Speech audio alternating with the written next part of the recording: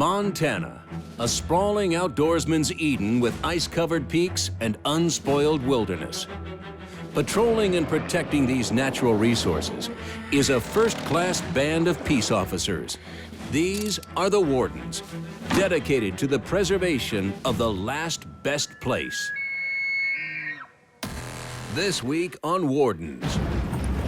Well, that was the easy stuff. We'll see how we do on the rest.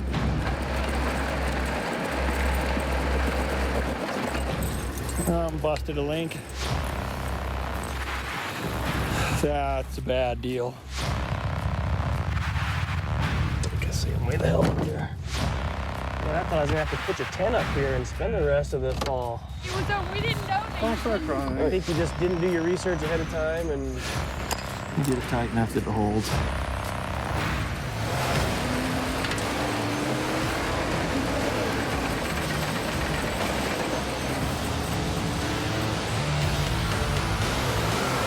That wasn't easy.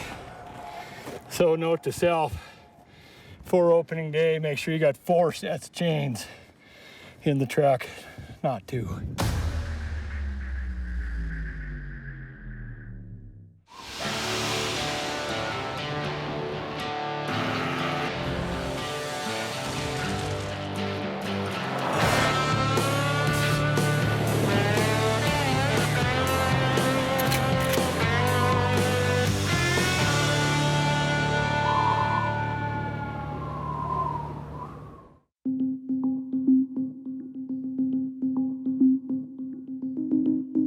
I kind of don't have a choice. He's in my back pocket right now.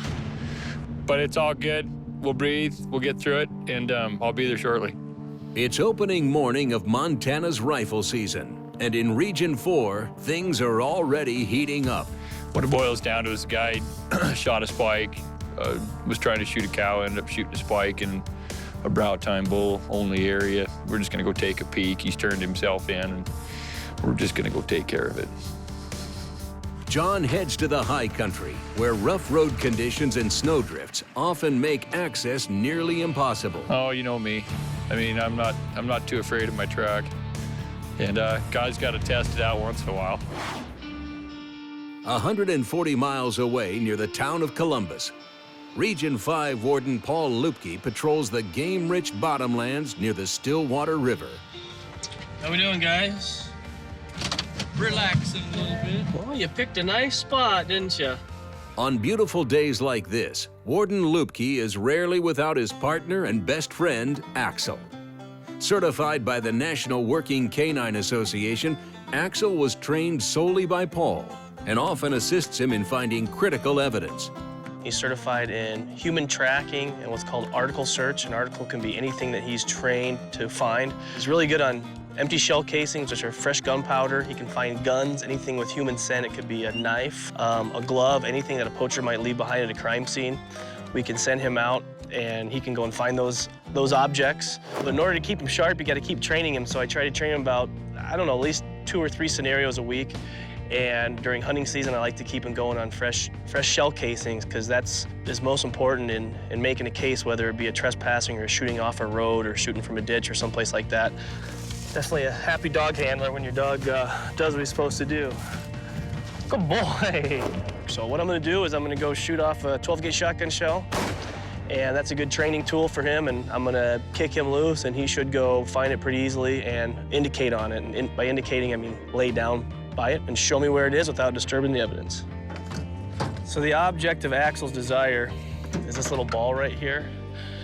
And so when he's working, looking for something, he doesn't really know what he's looking for. He just knows that if he finds certain scents and lays down by it and shows me where they are, he'll get to play with this ball. So this is what he loves above all else. He only gets it after he's doing work. It's this very special treat. So you just kind of hang on to it, and if he goes out there and finds a shell like he's supposed to, I'll reward him with his ball. So you can tell he's getting pretty excited. He wants to go find that shell casing and get his ball. The way we do this is, it's got to be routine. So we try to do everything the same way every time, so he knows what he's getting, what he's gonna go do. So we're gonna bring him to heel, give him a command, and watch him go. Shush! A lot of times he'll follow the footprints right to wherever the evidence was left. What do you have? Show me. So you can see this is how he indicates on. He just lays down by it, and all he wants right now is his ball. What do you have? Good boy. And he gets his ball, and that's it right there. That's a good boy. Back in Region 4, Warden Lasovski is responding to an alleged violation which occurred in the high country. It's been pretty slow. Not a lot of animals taken, but no wonder there's no elk left up here in this little 1.5 sections. This is what we're gonna do all day. Okay, look at the back of that truck right there.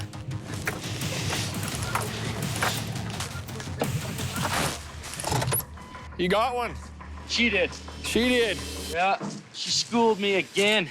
You know, that's what them girls will do, them wives. It's two things I don't do with my wife is fish or play poker, so it's the same type of deal for me. Can I check your tag here quick? Absolutely. I think you just didn't do your research ahead of time, and We didn't know that Don't you start couldn't- crying. yeah, this isn't that big of a deal.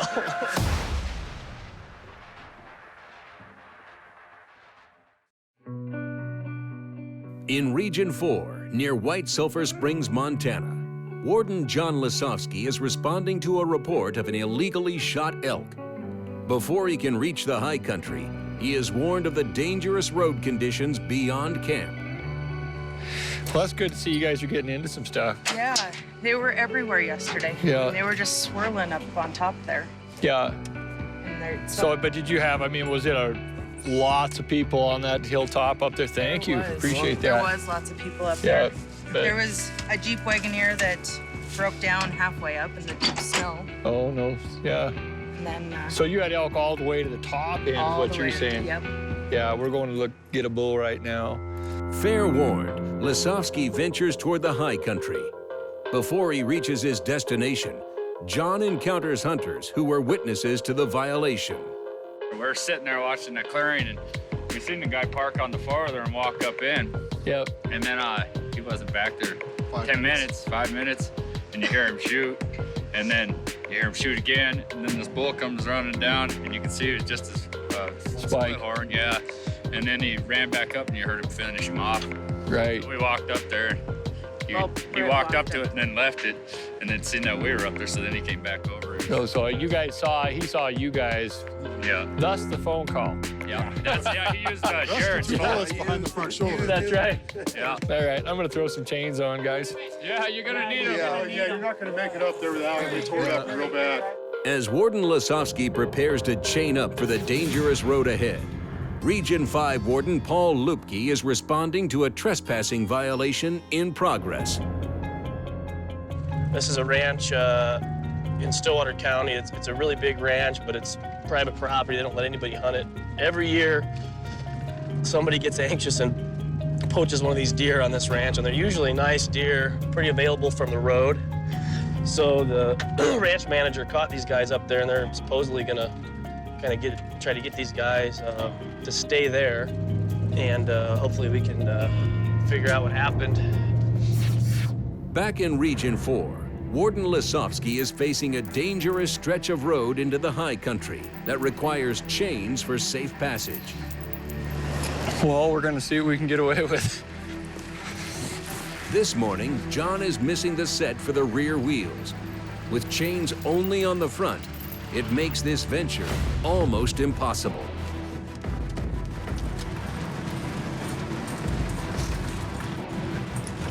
Well, that was the easy stuff. We'll see how we do on the rest. This is the stuff that gets a little hairy up here.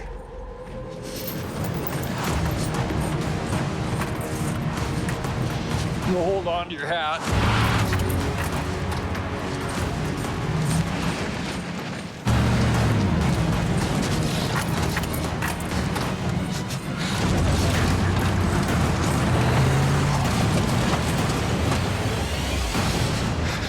Another set of chains would be good.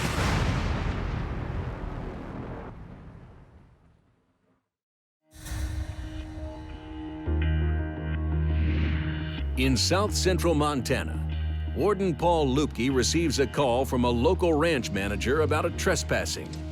With miles of open country, Paul is having a difficult time locating the hunters. I think I took the wrong road.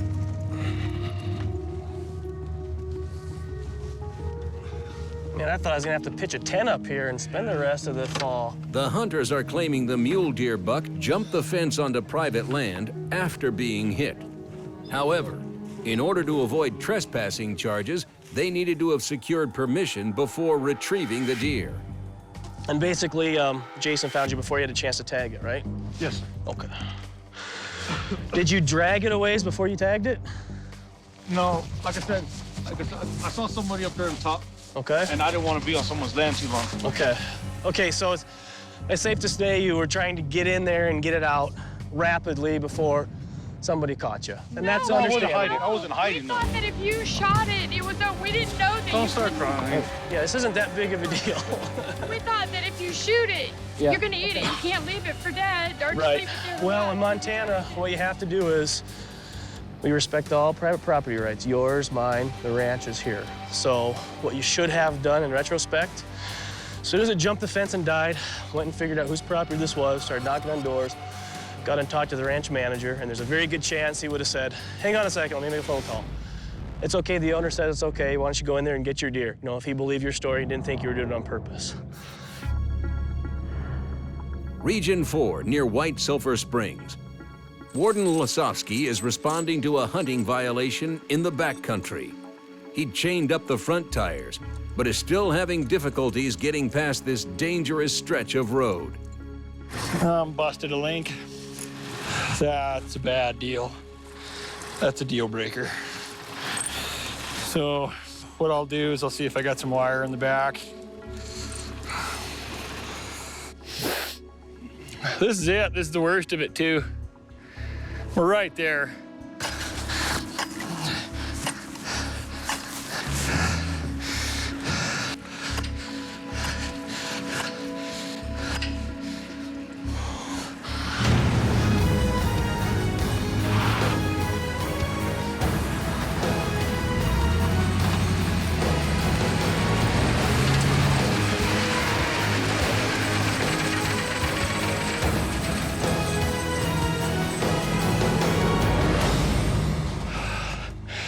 That wasn't easy. So note to self, for opening day, make sure you got 4 sets of chains in the truck, not 2. What I don't want to do is end up down here.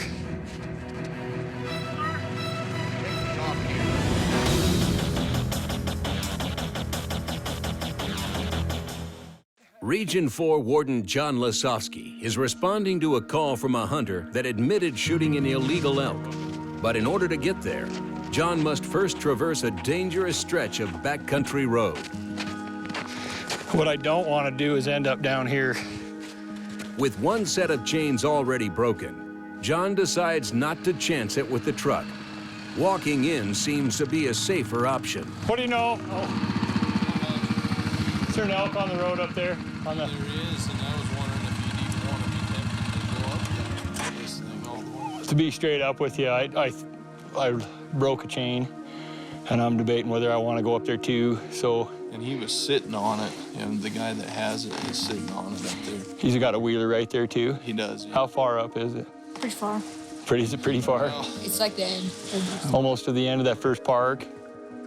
yeah, it's in the middle of it. This father and his 2 sons are with the hunter who shot the spike. They're willing to transport the elk downhill, since John isn't able to go any further with broken chains. Long and short of it, this is one of the toughest spots in this district right here. It typically has snow on it, even in archery season.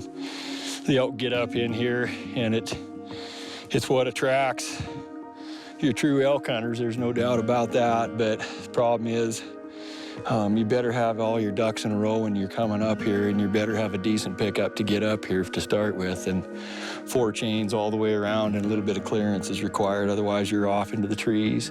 So we come up here quite a bit to check up here, but we're usually better prepared. And this go around, not only did we break a link on a chain, but we should have had 2 sets of chains. So note to self, that 2 big mobs of chains, you think you got all 4, you better check. So.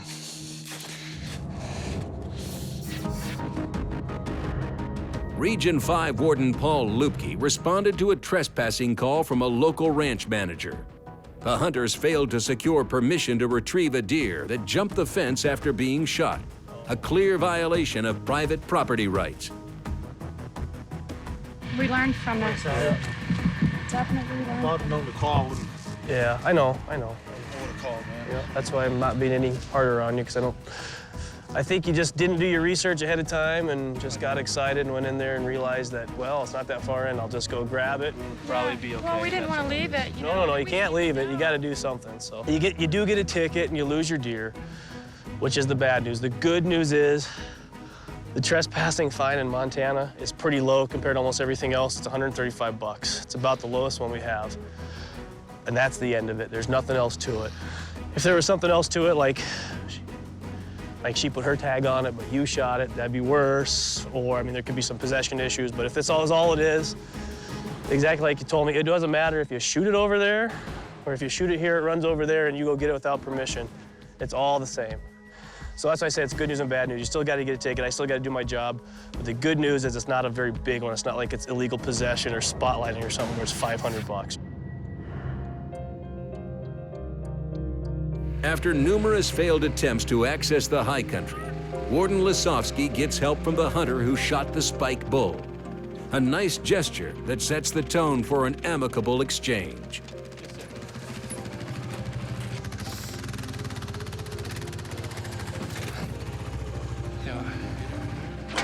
Sick. Felt like sick after throwing up. You know, That was the other guy that came and told me it fell.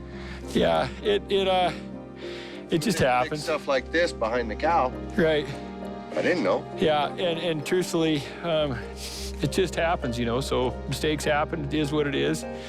You know, it's like I was telling these guys, and I want you guys to know, it just stuff happens, mistakes happen. As long as you come talk to us, there's no big deal, right? Yeah. So that's how it is, that's how it works. And we see you guys up here a lot, at least with your family and stuff, so we want to make sure you're taken care of too. So anyway. Well, that's why I figured it was better for me to call you than them other guys. Right. You guys understand what game wardens do, right? Yeah, me and him want to be one. You want to be one, okay. Run. Well, so did I. You know what, when I was younger, I did too. This will go to the food bank, so it'll go to those, you know, somebody that can use the meat, and it'll be fine. So you can just keep going hunting, and we move on. Yeah. It would have probably been a written warning. When it gets up over the inch, you know, over the top of the ears like that, it's a little more. Yeah. But it's the simplest thing that I can do, with no privilege loss. No, the bond on it isn't $500. No. You know, and I'll talk with Paul on it too. So I gotta go to White Sulphur. you took care of it. I appreciate you doing that. And we move on, right? We ended up with this deal. The guy shot a spike bull. It was actually a forked horn bull, but this district is a brow-tine-bull-only. He called it in, which was appreciated. We wrote him a commission rules and regs ticket. It had pretty high spikes on it, pretty tall spikes. Yeah, we appreciated him turning it in. At the same time, we wanted to make sure that we took care of what the actual violation was. And we'll take that meat and it'll go to a food bank, and there's some kids there, so in the end they got a little education as well. Hopefully we left some sort of impression that making the call is important. Region 5 Warden Paul Loopkey was able to sort out the story of the trespassers. Okay. If the facts had not added up, Paul could have called in Axel, his 5-year-old German Shepherd that has a way of uncovering the truth. He's what they call a force multiplier. So when he's in the back of that truck, you know, people a lot of times are real wary of him, and they're always paying attention to him, make a lot of comments about him because he's a pretty serious looking German Shepherd, and not too many people mess with you when you have a dog like that. Yesterday we pulled up on some guys and giving us a story. They had an ungutted antlerless mule deer in their truck, and the things just weren't adding up. I couldn't really determine who shot or what was going on, but I knew there was a problem. Is there something going on with this deer? I mean, you guys are being cryptic and just kind of standoffish about it. If you didn't think there was anything wrong with it at all, I just don't think you guys would necessarily be acting this way. So I'm just a little concerned about if there's something illegal about it, okay? Because we're gonna get to the bottom of it. I'm gonna find some evidence, kick my dog loose, find all that stuff. We let Axel out. Axel went and found the shell casing almost immediately, and I mean, it put him perfectly in the roadway, and that was enough evidence to really get him to admit that, yeah, he did shoot that thing off the roadway, which is an additional charge. I mean, that's a poached animal and somebody shoots it off a road. Good boy. That's what you're shooting? 30-06? You know, geez, we're out here all the time by ourselves. Being able to take a dog to work with you is really a cool thing, because, I mean, I don't know, we've had conversations together. We spend so much time together. I spend more time with my dog than I do with my wife and my kids, unfortunately, but he's pretty neat, and work wouldn't be the same without him. It's pretty sweet, isn't it? Good boy, come on. Axel, Warden Loopkey's partner and best friend, died unexpectedly after the 2014 hunting season. He will be missed by the entire Montana game warden family.